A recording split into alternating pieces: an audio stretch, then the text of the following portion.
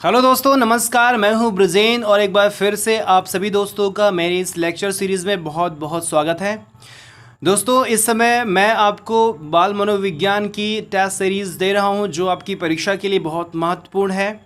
तो उसी कड़ी में ये दूसरा आपका मनोविज्ञान का मॉक टेस्ट का सीरीज़ नंबर 2 है और इसमें भी बहुत ही महत्वपूर्ण क्वेश्चन को मैंने शामिल किया है जो पूरे बाल मनोविज्ञान के कोर्स का एक सार है, एक सारांश है। दोस्तों, आइए शुरू करते हैं। पहले नंबर का क्वेश्चन आप देख पा रहे हैं। शारीरिक एवं मानसिक स्थिरता बाल्यावस्था की सबसे महत्वपूर्ण विशेषता है। यह कथन किसका है? दोस्तों, ये स्टेटमेंट टाइप के क्वेश्चन जरूर पूछे जाते हैं, तो याद रखिएगा ये कथन आपका है। किस मनोवैज्ञानिक का आप डिसाइड करिए। दोस्तों, ये है आपका ऑप्शन बी, जिसे हम कहते हैं मनोवैज्ञानिक रॉस। जी हाँ, तो मनोवैज्ञानिक रॉस का ये आंसर है जो आपको याद रखना है। आत्म प्रेम एवं स्वार्थ की भावना किस अवस्था की विशेषता है? ये आप देख पा रहे हैं, अवस्था की विशेषता संबंधी प्रश्न भी पूछे जाते हैं, उसी में से एक है। तो आत्म प्रेम, खुद से प्यार करना, खुद के बारे में ही सोचना, स्वार्थ की भावना, ये किस अवस्था में होता है दोस्तों? ये आप देख पाएंगे, तो ये आपका सही आंसर है। शैशवावस्था में बच्चा पूरी तरह से स्वार्थी होता है और सिर्फ अपने सुख के बारे में सोचता है, उसे हासिल करने की पूरी चाह रखता है। मानव को जो कुछ बनना होता है वो प्रारंभ 5 वर्षों तक बन जाता है। ये बहुत ही इंपॉर्टेंट स्टेटमेंट है, बहुत ही इंपॉर्टेंट कथन है। ये किसका है, ये किसकी परिभाषा है, कुछ भी कह लीजिए। ये दोस्तों मनोवैज्ञानिक फ्रायड का है। ये फ्रायड ने कहा कि मानव को जो कुछ बनना है प्रारंभ के 5 वर्षों में बन जाएगा। तात्पर्य यह है कि उसकी मानसिक विकास की जो क्षमता है, जितना डेवलप होना है वो हो जाती है। आपको पता है कि शैशवावस्था, मैंने बताया है कि मानव का मस्तिष्क और शारीरिक विकास सबसे अधिक शैशवावस्था में होता है, तो उसी से संबंधित है, ये फ्रायड ने कहा है। मानव जीवन का अनोखा काल की संज्ञा किसे दी गई? दोस्तों, ये भी आपको पता होगा कि अनोखा काल किसे कहा गया। ये है बाल्यावस्था। और इससे पहले के उसमें मैंने बताया था कि वहाँ पे बोला गया कि सीखने का अनोखा काल किसे कहा जाता है। अधिगम का अनोखा काल पूछेगा तो शैशवावस्था है, और इस तरह का कि मानव जीवन का अनोखा काल तो वो होगा बाल्यावस्था। अगला क्वेश्चन है स्टेटमेंट संबंधित। किशोरावस्था बड़े संघर्ष, तनाव, तूफान तथा विरोध की अवस्था। ये कथन किसका है? बहुत ही कॉमन सा स्टेटमेंट, आप जानते हैं इसके बारे में। किसने कहा ये चीज़? ये कहा है स्टैनले हॉल ने। जी हाँ, ये आंसर है स्टैनले हॉल का। स्टैनले हॉल ने कहा कि किशोरावस्था संघर्ष, तनाव, तूफान और विरोध की अवस्था होती है। और अगले नंबर पे क्वेश्चन नंबर 6 है। सामान्यतः जो बालक शारीरिक रूप से अच्छे होते हैं वे मानसिक रूप से भी अच्छे होते हैं। यह कथन, यह किस सिद्धांत को दर्शाता है? यह बात किस सिद्धांत को दर्शाता है? कह रहे हैं कि जो बच्चे शारीरिक रूप से यानी फिजिकली फिट होते हैं, स्वस्थ होते हैं, वो सामान्य रूप से मानसिक रूप से भी स्वस्थ होते हैं, यानी कि मेंटली भी स्ट्रांग होते हैं। यह जो बात है, ये तथ्य किस सिद्धांत को दर्शाती है दोस्तों? ये अधिगम, ये आपका विकास के सिद्धांत में से एक सिद्धांत है। इसे कहते हैं आप परस्पर संबंध का सिद्धांत। जी हाँ दोस्तों, ये आपका कोरिलेशन का संबंध है कि आपस में एक चीज़ का जो स्ट्रांग पॉइंट है दूसरे में हेल्पफुल होता है, यानी एक पार्ट अगर मजबूत है दूसरा उसी के सहारे मजबूत हो जाता है, तो परस्पर संबंध का सिद्धांत है। जीन पियाजे ने संज्ञानात्मक विकास की कितनी अवस्थाएं बताई हैं? दोस्तों, आपको पता है कि जीन पियाजे मनोवैज्ञानिक का नाम बहुत ज़्यादा चर्चित है हमारे बाल मनोविज्ञान में। इन्होंने एक सिद्धांत दिया है जिसे हम संज्ञानात्मक विकास का सिद्धांत कहते हैं, और इन्होंने अपने इस सिद्धांत में बाल विकास की 4 अवस्थाओं का वर्णन किया है। जी हाँ दोस्तों, 4 अवस्थाएं आपको पता होगा। पहली अवस्था का नाम क्या है? पहली अवस्था का नाम इंद्रिय जनित गामक अवस्था, जिसको बोलते हैं आप संवेदी प्रेरक अवस्था भी कहते हैं। दूसरी का नाम है पूर्व संक्रियात्मक, तीसरे का नाम है मूर्त संक्रियात्मक, और चौथे का नाम है अमूर्त संक्रियात्मक। तो आपको ये बताना है कि पूर्व संक्रियात्मक की उम्र सीमा क्या है, कमेंट में दीजिएगा प्लीज। दोस्तों, अगला क्वेश्चन है 8 नंबर पे। कोहल वर्ग के नैतिक विकास सिद्धांत की परंपरागत नैतिक अवस्था की आयु सीमा बताइए। आयु सीमा से क्वेश्चन इंपॉर्टेंट है, पूछे जा सकते हैं, आपने पढ़ा है। तो कोहल वर्ग ने नैतिक विकास का सिद्धांत दिया है। जैसा कि जीन पियाजे ने संज्ञानात्मक विकास का सिद्धांत दिया है, वैसे ही कोहल वर्ग ने नैतिक विकास का सिद्धांत दिया है। इन्होंने नैतिकता के आधार पर बाल विकास की 3 अवस्थाएं बताई हैं, जिसमें से सबसे पहली पूर्व परंपरागत है, दूसरी परंपरागत है, तीसरी उत्तर परंपरागत या गैर परंपरागत है। तो आपसे परंपरागत नैतिक अवस्था की आयु सीमा पूछा है, तो आप इसमें डिसाइड कर लीजिए, बताइए कौन सी है दोस्तों? ये है आपकी 10 से 13 वर्ष। जी हाँ दोस्तों, परंपरागत 10 से 13 वर्ष है, ये आप जानते रहिएगा। नवजात शिशु का मस्तिष्क कोरे कागज के समान होता है जिस पर अनुभव लिखता है। ये काफ़ी महत्वपूर्ण स्टेटमेंट है। आप इसकी भाषा से या इसके मैटर से ही समझ सकते हैं कि नवजात शिशु का जो मस्तिष्क है वो कोरे कागज के समान अर्थात टोटली ब्लैंक पेपर शीट की तरह होता है और एक्सपीरियंस के द्वारा उसमें कुछ लिखा जाता है। ये स्टेटमेंट किसका दोस्तों, काफ़ी इंपॉर्टेंट है। आपके पास और ऑप्शन यहाँ देख पा रहे हैं, Drever, Drax, Rock, Watson, John Locke. तो ये है जॉन लॉक का दोस्तों, ये जॉन लॉक का है, ये याद रखिएगा। लॉक ने कहा कि नवजात शिशु का मस्तिष्क कोरे कागज के समान होता है। अगला है भाषा कौशल का सही क्रम क्या है दोस्तों। ये भाषा कौशल का सही क्रम क्या है आपको बताना है, सुनना, बोलना, लिखना, पढ़ना। तो इसमें आपको याद रखना है, मैं बता दूं, सुबोपली करके, सुबोपली सुनना, बोलना, पढ़ना, लिखना। तो सुबोपली याद रखेंगे, सुबोपली। तो सुबोपली से ये कौशल, भाषा कौशल है कि सबसे पहले बालक सुनने में जो है एक्सपर्ट होता है, फिर बोलता है, उसके बाद फिर पढ़ता है और लिखने की प्रक्रिया सबसे अंत में होती है। अगली जो परिभाषा है वो बुद्धि सामवर्धिक चिंतन है। ये परिभाषा किसकी परिभाषा है, कौन बोला कि बुद्धि सामवर्धिक चिंतन है दोस्तों? ये है स्पीयरमैन की परिभाषा, जो छोटी सी क्यूट सी लेकिन बहुत इंपॉर्टेंट है, स्पीयरमैन की। निम्नलिखित में से कौन सा सुमेलित नहीं है दोस्तों? ये एक अच्छा क्वेश्चन है, यहाँ पे आपको याद रखना है। द्विकारक सिद्धांत जो बुद्धि का है, स्पीयरमैन ने दिया, जी हाँ सही है। समूह कारक सिद्धांत थॉर्नडाइक ने दिया, नहीं, गलत है। और त्रिआयामी सिद्धांत जेपी गिलफोर्ड का है, ठीक है। बहुबुद्धि सिद्धांत होवर्ड गार्डनर का है। तो दोस्तों समूह कारक सिद्धांत थॉर्नडाइक का नहीं, ये है थॉर्स्टन का है, आप जानते होंगे। तो यहाँ पे सही आंसर आपका क्या हो जाएगा, ये हो जाएगा, क्योंकि ये बोला सुमेलित नहीं है पूछा है, तो ये वाला सुमेलित नहीं है, अर्थात समूह कारक सिद्धांत जहाँ थॉर्स्टन होना चाहिए वहाँ थॉर्नडाइक लिख दिया गया है, इसलिए ये आपका आंसर हो जाएगा। बुद्धि के जी एवं एस कारकों का उल्लेख किसने किया है? बुद्धि के जी फैक्टर और एस फैक्टर का उल्लेख किसने किया है? बिने ने, स्टर्न ने, स्पीयरमैन ने, थॉर्नडाइक ने। आपको पता होगा दोस्तों, ये है स्पीयरमैन ने बुद्धि का द्विकारक सिद्धांत दिया है, जो कि आप यहाँ भी देख पा रहे होंगे। तो वो दो कारक कौन है, एक है जी कारक और एस कारक, जिसको जनरल फैक्टर कहते हैं, उसको स्पेसिफिक फैक्टर कहते हैं।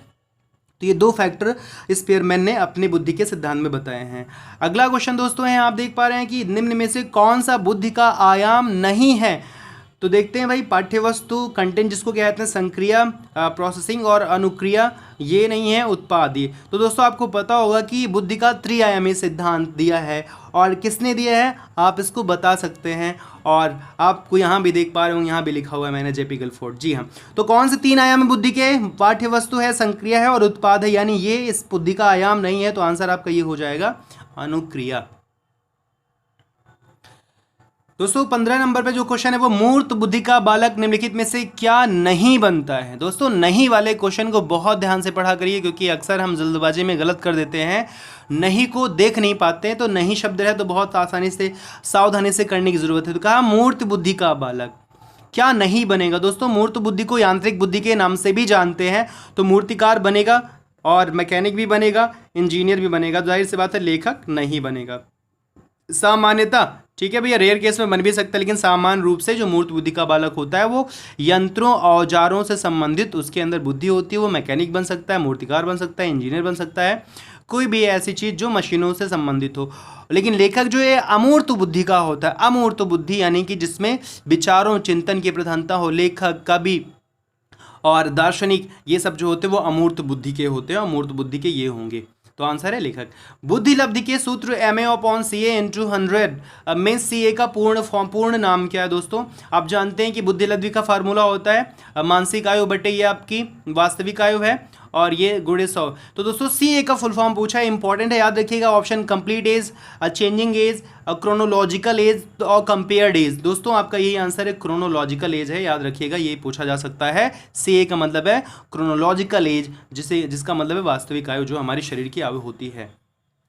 90 से 120 IQ वाले बालक सामान्य रूप से क्या कहलाते हैं? जिनका IQ 90 से 120 के मध्य, उन्हें क्या बोलेंगे? प्रखर बुद्धि बोलेंगे कि अल्प बुद्धि बोलेंगे, सामान्य बुद्धि बोलेंगे, प्रतिभाशाली। दोस्तों आपको याद होगा ये है सामान्य बुद्धि, जी हाँ। 90 से 120 के बीच जो होंगे उनको हम सामान्य बुद्धि का बालक मानते हैं।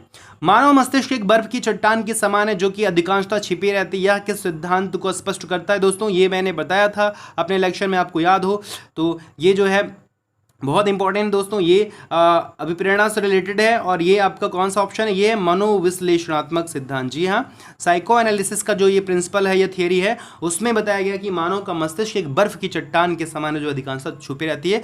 और ये मनोविश्लेषणात्मक सिद्धांत है किसका, ये आप जरा कॉमेंट करके दीजिए। ये भी आपको बताना है कि मनोविश्लेषणात्मक सिद्धांत, क्वेश्चन नंबर 18 का आंसर क्या होगा, आपका ये टेस्ट है, बताइएगा। संवेग प्रकृति का हृदय है, ये परिभाषा किसने दी, संवेग प्रकृति का हृदय, ये परिभाषा किसने दी, इंपॉर्टेंट परिभाषा है। वुडवर्थ ने, रॉस ने, फ्रायड ने, मैकडूगल ने। दोस्तों ये जो है आपका मैकडूगल का है, याद रखिएगा। संवेग और मैकडूगल ने ही 14 प्रकार के संवेग बताए हैं। उसी संबंधित अगला क्वेश्चन है, क्रोध संवेग की मूल प्रवृत्ति क्या है। दोस्तों हर संवेग की अपनी एक मूल प्रवृत्ति होती है। वैसे क्रोध का पूछा है, पलायन है कि निवृत्ति है कि युत्सा है, शरणागति है। दोस्तों क्रोध का होता है युत्सा, युत्सा का मतलब होता है कॉम्बैट, लड़ने की इच्छा, लड़ने की इच्छा को बोलते हैं युत्सा, इसको इंग्लिश में कॉम्बैट कहते हैं। तो क्रोध की जो मूल प्रवृत्ति है युत्सा, जब क्रोध आएगा तो हम लड़ना चाहेंगे, ऐसा सामान्य रूप से होता है। सीखना व्यवहार में उत्तरोत्तर सामंजस्य की प्रक्रिया है, ये एक परिभाषा है लर्निंग की, अधिगम की। सीखना व्यवहार में उत्तरोत्तर सामंजस्य की प्रक्रिया, ये कथन किसका है, गिलफोर्ड का है कि स्किनर का है कि वुडवर्थ का है, कॉल्विन का। दोस्तों ये परिभाषा आपकी है स्किनर की, ये भी याद रखना है, काफ़ी इंपॉर्टेंट है।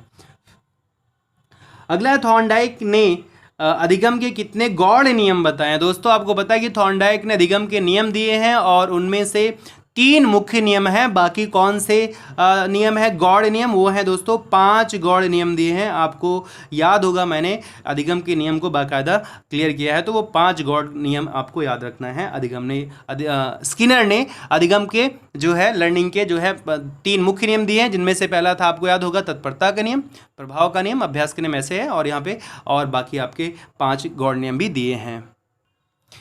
दोस्तों 23 पे है, डेड डैश के अनुसार बालक का विकास आनुवंशिकता था वातावरण का गुणनफल है। ये स्टेटमेंट किसी का है कि किसके अनुसार बालक का विकास आनुवंशिकता और वातावरण, यानी कि जो आपकी ये है जेनेटिक और इन्वायरमेंटल दोनों का जो एक मल्टीप्लिकेशन होगा, उससे हमारा जो है ये बालक का विकास होता है। किसका स्टेटमेंट दोस्तों, ये वुडवर्थ का है। जी हाँ, वुडवर्थ ने कहा कि बालक के विकास आनुवंशिकता और वातावरण का योगफल होता है, गुणनफल होता है। किस व्यवहारवादी का मानना है कि अन्य व्यवहारों की भांति भाषा भी क्रिया प्रसूत अनुबंधन द्वारा सीखी जा सकती है। दोस्तों क्रिया प्रसूत अनुबंधन का सिद्धांत किसने दिया है, जिसने दिया वही ये इसका आंसर है, यह है स्किनर ने। जी हाँ, स्किनर ने क्रिया प्रसूत अनुबंधन सिद्धांत दिया है और इसको मैंने बहुत अच्छे से लेक्चर में क्लियर किया हुआ है, आपको याद होगा। निम्न में से किसको मुख्य ग्रंथि कहते हैं, किसको मुख्य अधिकारी ग्रंथि कहते हैं। दोस्तों ये है पीयूष ग्रंथि, इसको मास्टर ग्रंथि कहते हैं, मास्टर ग्लैंड कहते हैं। ये साइंस का क्वेश्चन है लेकिन यहाँ भी ज़रूरी है क्योंकि ये पूछा जाता है। तो मास्टर जो ग्लैंड है वो है पीयूष ग्रंथि। निम्नलिखित में से कौन सा मत अंतर्दृष्टि द्वारा सीखने की व्याख्या करता है। जो लर्निंग विद इनसाइट की बात कर रहा है, इनसाइट लर्निंग का जो एक नियम था जिसको कोहलर ने दिया था सुल्तान पे एक्सपेरिमेंट करके, मैंने उसको भी क्लियर किया था। किस वाद से संबंधित है, व्यवहारवाद है, विश्लेषणवाद है, संबंधवाद, गेस्टाल्टवाद। तो आपको याद होगा दोस्तों ये गेस्टाल्टवाद का, जी हाँ गेस्टाल्टवाद है अंतर्दृष्टि द्वारा सीखने का सिद्धांत जो व्याख्या करता है। चिंतन संज्ञानात्मक पक्ष में एक मानसिक क्रिया है, यह कथन किसका है। चिंतन की परिभाषा देख, चिंतन संज्ञानात्मक रूप से एक मानसिक क्रिया है। दोस्तों किसका है, दोस्तों ये आपका है रॉस का है, परिभाषा याद रखिएगा रॉस का है। भाषा विकास का सिद्धांत नहीं है, कौन सा सिद्धांत भाषा विकास का नहीं है। अनुबंधन का सिद्धांत, अनुकरण का सिद्धांत, अतिरिक्त शक्ति का सिद्धांत, परिपक्वता का सिद्धांत। तो ये अतिरिक्त शक्ति का सिद्धांत, ये भाषा का नहीं है। कैट परीक्षण किससे संबंधित, जी हाँ दोस्तों चाइल्ड परसेप्शन टेस्ट, ये मैंने पढ़ाया है कैट को बहुत अच्छे से। किससे संबंधित है दोस्तों, बुद्धि का है कि अधिगम का है कि व्यक्तित्व का है, विप्रेरणा का है। आपको पता होगा कैट ये है व्यक्तित्व का। कैट के प्रतिपादक कौन है बताना है आपको। ये कैट का प्रतिपादक कौन है, ये मार्गन मुरे हैं कि लियोपोल्ड बेरलाग। मैंने आपको ऑप्शन भी दे दिया, आप बताना है कि कैट के प्रतिपादक कौन है। आरएस थियरी के प्रतिपादक कौन है दोस्तों, जी हाँ रिस्पांस और स्टिमुलस थियरी किसने दिया है दोस्तों, ये भी मैंने बहुत अच्छे से कवर किया है, ये है स्किनर का है। और जो एसआर थियरी है, एसआर किसकी है, ये आप बताइए एसआर की थियरी किसकी है। दोस्तों ये था आपका टॉप 30 इंपॉर्टेंट क्वेश्चंस जो आपकी परीक्षा के लिए बेहद महत्वपूर्ण है और उम्मीद करता हूं आप इनको अच्छे से तैयार करेंगे। और ये सारे क्वेश्चंस एक्सट्रीमली इंपॉर्टेंट है क्योंकि ये सारे क्वेश्चंस बहुत बार पूछे गए हैं और इनके नेचर को देख करके आपको ये भी लग रहा होगा कि ये काफ़ी इंपॉर्टेंट है, तो इनको 2-3 बार देखेंगे तैयार हो जाएगा। इसी तरह से ये 30 क्वेश्चन का लेक्चर सीरीज जो मॉक टेस्ट टाइप का है लगातार आपको मिलता रहेगा एग्जाम से पहले, और पूरी कोशिश है कि पूरा निचोड़ जो इस साइकोलॉजी का है आपको मिल जाए, ताकि आप बेहतर कर पाएँ और 30 में 30 नंबर आप हासिल कर पाएँ। मिलते हैं अगले वीडियो में, तब तक बहुत सारी शुभकामनाएं, गुड लक, नमस्कार, जय हिंद, जय भारत।